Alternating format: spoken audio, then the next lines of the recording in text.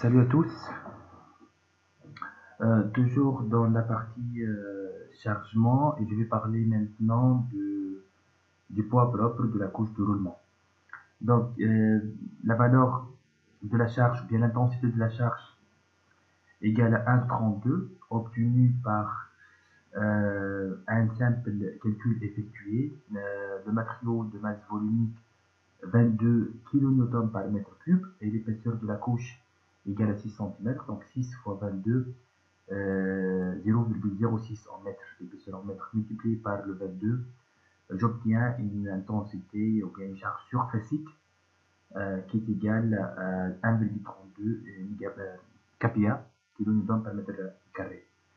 La différence, c'est que cette charge-là, elle est appliquée uniquement sur la largeur roulable qui est égale à 8 mètres pour notre cas.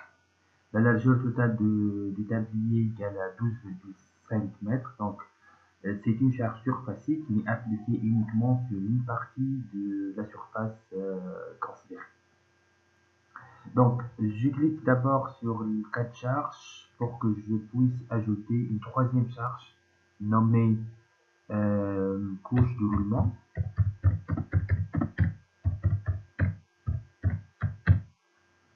Charge permanente, il faut bien vérifier bien que la nature est permanente.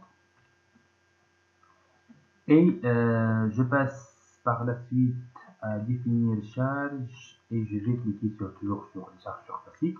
Mais cette fois-ci, c'est une charge appliquée uniquement sur un contour. L'intensité, comme je vous ai dit, 1,32 kPa. Mais avant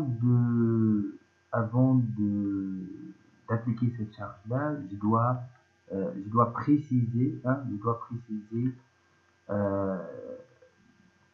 la partie ou bien la zone de circulation, la largeur roulable de notre tablier. Donc, je vais prendre ce nœud-là et je vais translater cette charge-là de 2,25 mètres par rapport à x. Et après, le nœud 32, je vais le translater de 8 mètres. Et c'est déjà, comme je vous ai dit, c'est déjà la distance entre le nœud 22 et le nœud 32 et le nœud 33, c'est déjà le 8 mètres qui représente la largeur roulable de la construction, de la largeur roulable de notre tablier.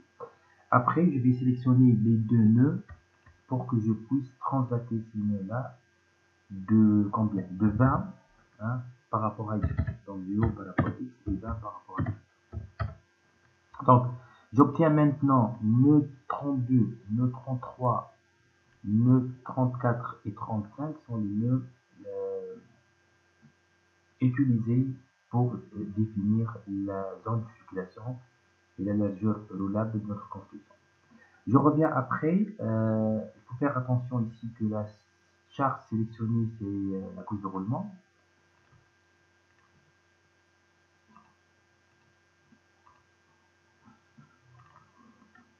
Il s'agit bien d'une charge surfacique appliquée uniquement sur un contour d'intensité moins 1,32 kPa par rapport au repère global. Donc c'est pour cette raison que j'ai mis moins. Et je vais définir dans cette partie-là le contour. Vous avez deux méthodes. Ou bien, j'ai besoin ici d'afficher les coordonnées de 5 nœuds. J'ai défini ici 4 nœuds pour représenter la zone de circulation. Mais pour appliquer cette charge-là sur un contour, il faut saisir les coordonnées de 5 nœuds. Et le nœud de départ, c'est le nœud d'arrivée.